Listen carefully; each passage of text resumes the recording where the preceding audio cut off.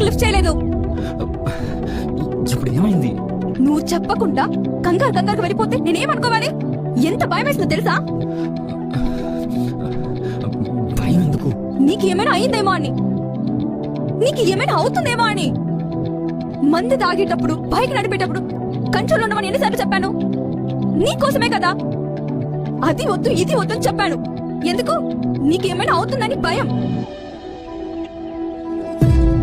వెళ్ళేటప్పుడు జాగ్రత్త, జాగ్రత్త, అర్థమైందా?